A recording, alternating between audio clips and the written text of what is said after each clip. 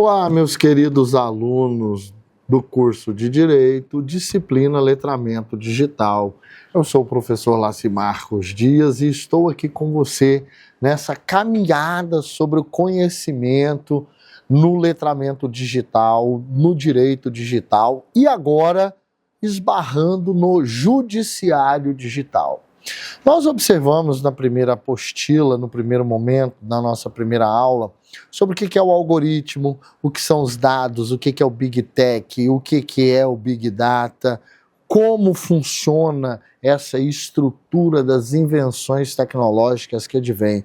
No segundo momento, nós verificamos a incorporação dessa tecnologia dentro das frentes de estudo e depois nós verificamos a questão do direito ao esquecimento, a LGPD, o Marco Civil da Internet, tudo isso na questão da vida das pessoas. Mas e o Poder Judiciário?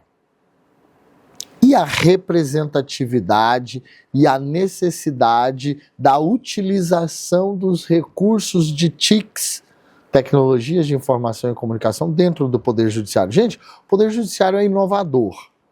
Em 2009 foi lançado o primeiro cartório digital e eu estava presente, foi uma cerimônia muito bonita, lá na Rua do Lavradio, no Rio de Janeiro, TRT. Tribunal Regional do Trabalho do Rio de Janeiro inaugurou os serviços digitais, onde a gente tinha um cartãozinho, a subseção da OAB, para você fazer o cadastro. Foi o início de uma revolução, tendo em vista as modificações do próprio Estado. Nós tínhamos anteriormente na arrecadação fiscal a declaração de imposto de renda de papel. Posteriormente, a partir de 2004, 2005, 2006, 2007, ela se transformou em declaração eletrônica. Em final de 2007 até 2009 veio a transição dos sistemas de notas fiscais, que eram 4 vias carbonadas distribuídas para fisco municipal, estadual, União e uma para a empresa. Veio a nota fiscal eletrônica. Nesse pé também veio a justiça eletrônica. E com a revolução que nós tivemos da pandemia, o processo hoje é o processo eletrônico. Os atos praticados dentro do processo são via eletrônica. Audiências, então toda essa estrutura, ela veio reverberando essa mudança da era digital.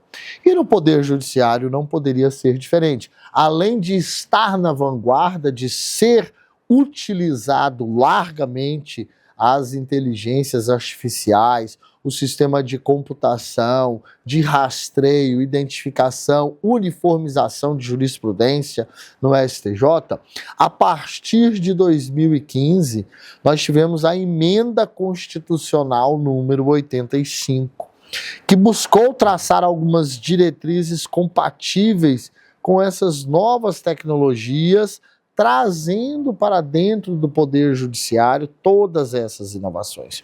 Então nós tivemos lá que no artigo 23 da nossa amada e querida Constituição, foi inserido lá do inciso 5, lá dentro da ordem constitucional e social, nós temos agora um capítulo referente ao título 8º, que é o quê? Da ordem social, da ciência, tecnologia e inovação. Esse capítulo ele possui como grande objeto a promoção, o incentivo e o desenvolvimento científico, pesquisa, capacitação tecnológica e, claro, a inovação. Além disso, lá dentro do artigo 218 da Constituição, não alheio a esse aspecto de mudança de tecnologias inovadoras, foi inserido o parágrafo 3º, onde ele diz que o Estado deverá apoiar a formação de recursos nas áreas tecnológicas, inclusive com o apoio das atividades de extensão e considerar que delas se ocupem os meios e condições especiais do trabalho. No mesmo sentido, vem o parágrafo 4º, que diz que a lei apoiará as empresas que visem a pesquisa, a criação, O uso da tecnologia adequada no país, a formação e aperfeiçoamento de seus recursos humanos que pratiquem sistemas de remuneração e assegurem um emprego desvinculado do salário. Então, ou seja, houve uma mudança do paradigma de pensamento, verificando que o ser humano nessa era se torna um ser digital. E o digital passa para essa perspectiva que nós já comentamos anteriormente, que dentro do STJ e dentro da comunidade jurídica já está amadurecida, né? A cidadania, o ser humano digital, ele é um direito fundamental, apesar de que o STF entende de forma divergente, conforme nós analisamos na aula anterior, mas que toda pessoa tem direito em plena igualdade a quê? A um judiciário aberto, a um judiciário que seja eficiente, a uma decisão dentro de um tempo razoável, a aplicabilidade, a coisa julgada, ela se transforme realmente em harmonia social. E esse conjunto de necessidades evolutivas faz com que o judiciário brasileiro hoje movimente uma rede de tecnologia surpreendente. Hoje nós temos aí sistemas processuais ProJude, nós temos o EPROC, nós temos o ESAGE, nós temos o processo judicial eletrônico, nós temos o PJE. São diversos sistemas que compactuam hoje dentro da organização judiciária de cada estado, de cada TRF, de cada TRT, que unificou e fez o acesso à justiça ser um pouco mais amplo. Você tem hoje audiências digitais, aonde as pessoas estão em determinados locais que teriam dificuldade de chegar ao fórum, que podem fazer audiência. Você tem as questões das perícias, a uniformização dos recursos repetitivos. Então você tem uma capacidade de trabalho muito maior do que o próprio ser humano consegue fazer. E todos esses sistemas, eles vêm garantir o quê? Esse direito social de segunda geração, que é oposto ao direito individual, que é o direito que? Social. Toda a comunidade, todos são iguais perante a lei, conforme dita o caput do artigo 5º, e o direito à personalidade, o direito à imagem, o direito ao acesso à justiça, o direito à duração razoável de um processo, ele está ligado a essa nova ordem social.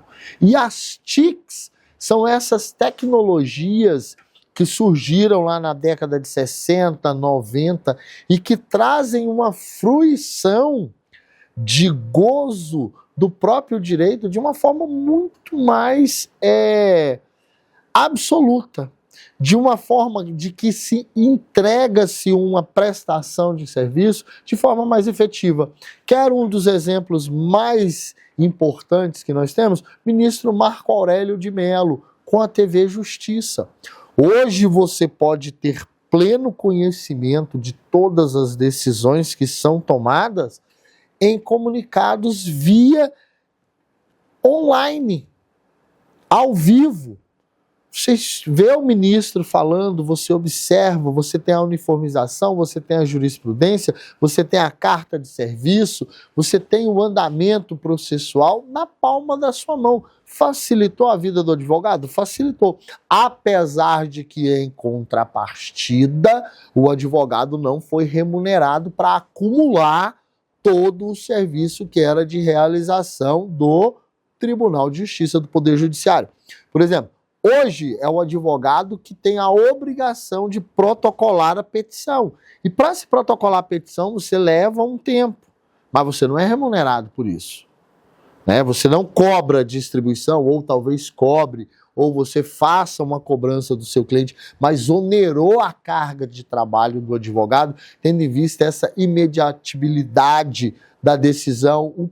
A própria parte tem acesso direto ao processo e muitas das vezes tumultua o advogado. O senhor já viu a publicação, saiu a decisão hoje, e na verdade a gente tem uma rotina de leitura, de publicação, de organização, de protocolo, né? Facilitou, por um lado, de você trabalhar em casa? Sim, só que veio o acúmulo de serviço, porque para você distribuir a petição, você tem que entrar, saber qual é o código, aonde está a classificação. Você que trabalha em mais de um estado tem que dominar outros sistemas processuais, ESAGE, PROJUDE, PJE, o PROJUDE, né, de Goiás aqui na região, PJE em Brasília, ESAGE na região de Santa Catarina, entre outros sistemas minúsculos que tem em outros tribunais que são adaptações locais. Então tudo isso onera tempo, conhecimento pelo qual o advogado não está remunerado. Então existe uma sobrecarga nessa ponta tecnológica que hoje sobra para o advogado. Se você não tem um bom computador, se você não tem câmera, se você não tem microfone, se você não sabe lidar com o Word, como que se formata uma petição, o assunto hoje é mais enxuto, não se discute tanta teoria, o que se valoriza é o fato. Então nós temos que aprender e requerer ao judiciário também que estamos um pouco sufocados com a quantidade de serviço que foi imposta ao operador do direito. Por exemplo, nós hoje temos citações online, via aplicativo, WhatsApp. Nós temos a regulamentação do domicílio eletrônico. Tudo isso são novidades que adveio dessa revolução tecnológica e que nos traz, por um lado, o conforto de talvez trabalhar de dentro de casa, mas, por outro lado, uma preocupação muito grande com a quantidade de trabalho que foi retirado do próprio órgão do Poder Judiciário e repassado para o advogado na outra ponta. Outra questão, a questão da falta da pessoalidade. O juiz tem que atender o advogado quando lhe é procurado, é um direito que nós temos, e a barreira virtual, o balcão virtual, muitas das vezes não atende a nossa necessidade imediata de diálogo com o magistrado, ou do próprio diálogo com o serventuário. Porque nós precisamos, no fórum, nós conhecemos a pessoa, nós tomamos café junto, a gente conversa, vai no balcão, pegava o processo, pedia o andamento. Eu queria despachar com excelência uma tutela disciplinar. Hoje, a advocacia está a 3 passos de distância da comunicação direta com o judiciário. Há grandes dificuldades de se implementar um diálogo direto entre o juízo e quem é o operador do direito. Isso é uma dificuldade que nós estamos tendo hoje e que nós precisamos superar. Claro que veio muito a calhar toda essa revolução tecnológica, o processo digital, mas também nós temos uma dificuldade de diálogo entre as pessoas nesse momento que nós precisamos repensar em como organizar. Mas, segundo um levantamento do próprio tribunal, né, a cidadania digital, ela veio para ficar. Não há mais como negar esse mundo virtual, né? A internet e o poder público, eles têm que conviver juntos. Nós precisamos fomentar isso de uma forma ampla.